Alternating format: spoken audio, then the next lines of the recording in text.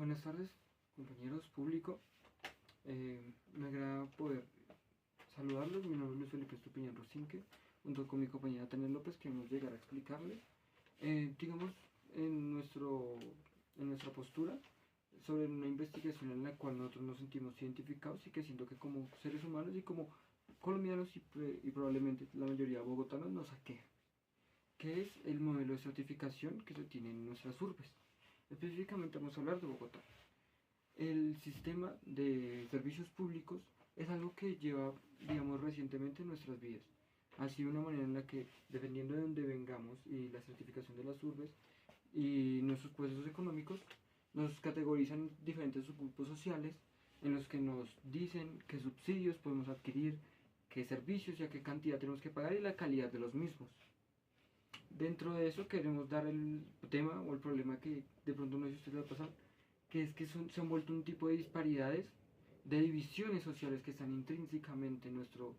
día a día, en nuestra convivencia, porque tratamos diferente al otro según donde venga, según el estrato social, según la zona específica y el cómo se comporten allá, y que se ha vuelto como un nuevo tipo de castas modernas. Para poder entender mejor este panorama, es necesario saber que en Colombia, y particularmente en Bogotá, los estratos son un sistema diseñado para facilitar la distribución de subsidios en los servicios públicos. Estas clasificaciones se asignan según la fachada del inmueble residencial, materiales y condiciones de la calle en que se encuentra. Pero hoy, más que una herramienta técnica, los estratos se han convertido en una especie de casta moderna que condicionan cómo vivimos, con quién nos relacionamos y hasta cómo nos vemos a nosotros mismos. Continuando con lo que mi compañera Tania decía, queremos hacer un trabajo, digamos, fenomenológico y de reflexión, y más que nada para dar a entender, digamos, el contexto de donde viene esta ley, qué proyectaba, cuál era su intención primaria y el porqué de que nosotros convivencialmente lo hayamos implicado tanto como nuestra manera de convivir o de comportarnos y de nuestra conducta según el estrato. Esta ley viene de la ley 142 de 1994. Dentro de esa ley, el plan primario era estratificar socioeconómicamente las urbes y los distintos sectores de la ciudad de Bogotá según diferentes estratos, según, digamos, las consecuencias o digamos, tipos de estructuras con los que convivía la gente diariamente. El sur siendo una zona de estrato 1 en la mayoría de los casos y el norte siendo una zona de estrato 6 en la mayoría de los casos, siendo ese el balance cualitativo y cuantitativo para pagar los servicios públicos, dando aquí a entender nuestro gran compañero que es el recibo. El recibo es el que nos dice, digamos, muchas veces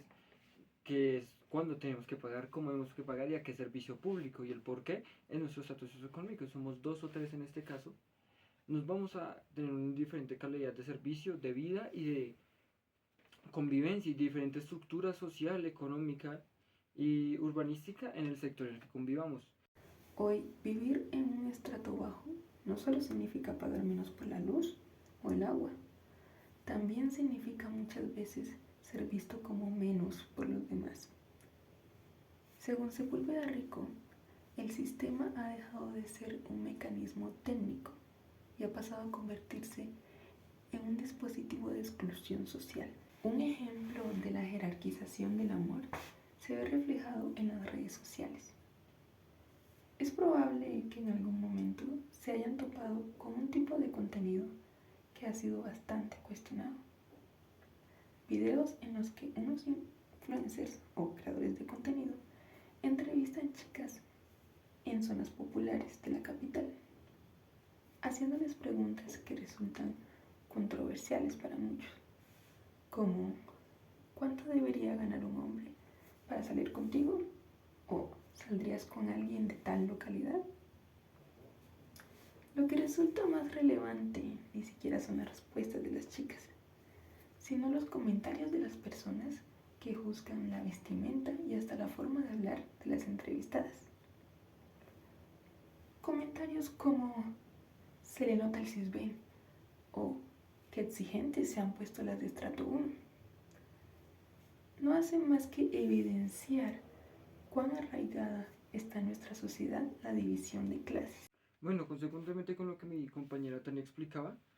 quiero dar a entender que eso es un tema que nos aqueja a todos, que todos tenemos que pensar en el que, aunque inconscientemente no seamos conscientes, digamos, de ese privilegio, de esa estructura que no está dada, que no está vista, que es implícito en nuestro comportamiento, en nuestra conducta, es algo que nos segrega como colombianos y como bogotanos, que tenemos que cambiar, ¿sí? Que tenemos que ser más conscientes. Según un estudio de nuestros compañeros investigadores colombianos de la revista Bitácora Territorial,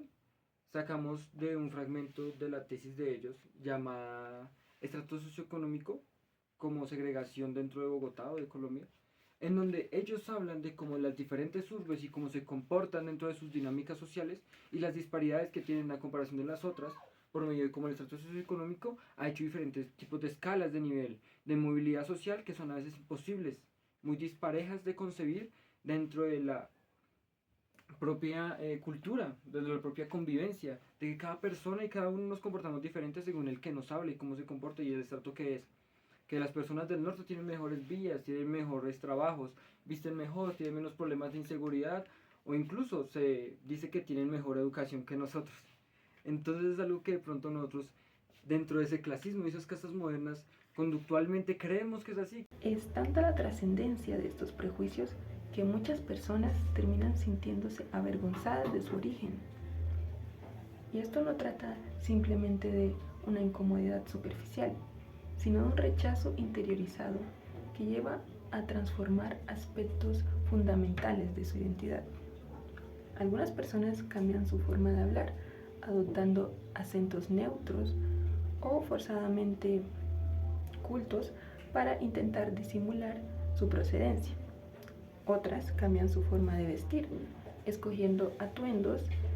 que encajen con lo que socialmente se asocia a estratos más altos. Incluso pueden llegar a ocultar sus verdaderos gustos por miedo a ser vistos como pobres o como incultos. Es tan profundo el temor al rechazo que muchos incluso deciden negar o mentir sobre dónde viven o evitar hablar de su infancia y entorno familiar. Y esta negación no es gratuita, es una estrategia de supervivencia en una ciudad donde tu origen puede cerrarte puertas, determinar si alguien merece ser amado y hasta definir relaciones. Siguiendo con el tema, siento que este papel y siento que la idea de certificación dentro de los servicios públicos de la segregación como nosotros es algo que se vuelve muy simbólico, muy metafórico, que hay veces que hay que desechar, que aparte de ser un papel, nos termina convirtiendo en personas que se conducen hacia lo que eso dictamina o a lo que lo rodea. En muchos ámbitos específicos se volvería algo simbólico, algo llamado movilidad social, según la teoría de la investigación de nuestros compañeros investigadores, en donde cada persona puede ser incluso desmeritada o tener más meritocracia a la hora de donde viene, de la universidad de la que precede, de los harapos o las ropas prolijas de las que proceda o las que tenga. Dentro de eso se vuelve como una preservación del patrimonio, algo incluso más de castas sociales como lo eran en el tiempo de la colonia. Que una persona, por cómo se comporta y cómo se vista, es como se le debe tratar y que esa persona solo se junte con los de su estrato y hablen de la misma manera y hablen de los mismos temas y que usted no merezca el afecto o que una mujer en muchos casos sienta que la única manera de movilidad social tenga que ser a través de su belleza o incluso como muchas veces lo denominan las personas obteniendo digamos el interés hacia un hombre de estrato 5 o 6 que la llegue a sacar de donde digamos viene la mayoría de su familia y de donde... Esta castificación de los estratos, como lo señala Piedrahíta Bocanegra, ha influido incluso en el diseño del espacio público, separando a la ciudad en zonas ricas y en zonas pobres, donde las oportunidades y los derechos no se ejercen por igual. Esto limita el acceso a los servicios de salud, educación y empleo, lo que perpetúa que las personas pobres se mantengan por debajo y no puedan ascender en esa escala económica y social. Hablando del mismo tema, quería darles a entender, digamos, viéndolo de una vista más filosófica, sociológica y trazándola, digamos, de una manera en la que podamos entender más la cosmovisión de cómo esto nos afecta diariamente. Hay veces que de pronto una persona puede sentir que no es digna de amor, que no es digna de su propio empleo, que no es digna de estar en un lugar, o incluso como me ha pasado a mí, o como le puede pasar a usted perfectamente, sentirse incómodo, decir que usted en ese lugar no pertenece, que si no es en la cancha de su barrio, en el bar de su esquina, o en el supermercado de su vecindario donde usted siempre compra las mismas cosas, no se va a sentir cómodo. Que usted va caminando por una calle de la 137 en la estación Pepe Sierra, se va a sentir incómodo porque la gente se comporta diferente y usted no pertenece ahí. Eso es una manera en que nuestra conducta se ha formulado, se ha reprogramado para que este hecho de castas sociales o escalas a la hora de conseguir una pareja, un mejor trabajo, un mejor estilo de vida, se vea incluso por nosotros mismos reconstruida porque nosotros nos damos a entender que nosotros no merecemos esto, que el clasismo está dentro del quién lo obtenga, el cómo lo obtenga, incluso la vista Foucaultiana del maestro Foucault, el filósofo, sociólogo, fenomenológico francés, que trazaba que de pronto podía ser un proceso biopolítico,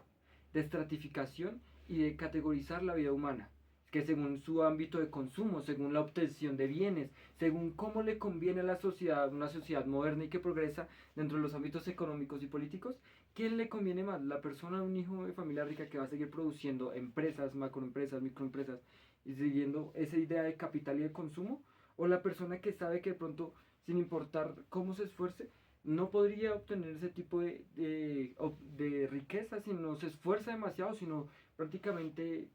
destruye esas mismas incapacidades que el sistema nos ha impuesto? Dentro de esa misma investigación en el DANE sale y sucede que hay una estadística de que alrededor de 4 a 5 generaciones de Colombia se necesitan para salir de un nivel de pobreza o escalar o subir en la escala de social, valga la redundancia, en donde tú tienes que pasar varias generaciones de tu familia para poder comprarte una casa, un carro, para tener esa misma capacidad de consumo y de obtención de riqueza. Dentro de eso, digamos, esa teoría crítica, ¿cómo sabemos que la persona que vive más o no al norte por el hecho del nepotismo de donde viene, no tenga que ser precedido por su apellido o por la familia en la que conviene, sino más el hecho de que tenga que ser algo más meritocrático? Y no solo una probabilidad de producir o de trabajar o de gastar, sino más en el hecho de cómo la persona puede aportar vitalmente a la sociedad.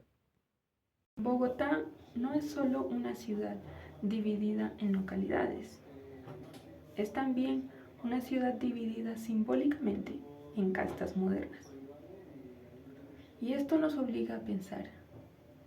¿realmente este sistema promueve la equidad o refuerza las desigualdades? Ya finalizándoles, compañeros, de pronto toda esta carreta, toda esta cátedra,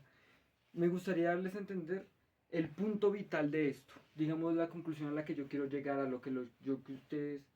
quiero que entiendan, que es que necesitamos repensar un modelo que inició como una manera de ecualitar, de cualificar a las personas, las urbes, donde se ubicaba en la ciudad y los propios estratos y los servicios públicos, se convirtió en algo en el que el ser humano pudiera convivir y pudiera aplazar al otro, segregarlo a una distinta manera en la que cada persona, según de dónde provenga, puede ser tratada diferente. Es algo que parece que esto suena bárbaro, que dice que eso viene de la antigua Europa, digámoslo, pero que eso sigue estando presente porque como seres humanos adquirimos ese tipo de comportamientos para poder convivir, pero siento que eso no es así. Necesitamos una repensación de un modelo menos disparejo, menos dicotómico, menos biopolítico, que nos haga sentirnos más dignos, más llenos, donde cada persona, sin importar de dónde provenga, no sea más que un simple papel que te diga cuándo y cuánto debes pagar en tu servicio, más que el hecho de que, sin importar de dónde vengas, te defina la calidad de vida y se rompa todos esos estigmas y prejuicios que ha creado un proceso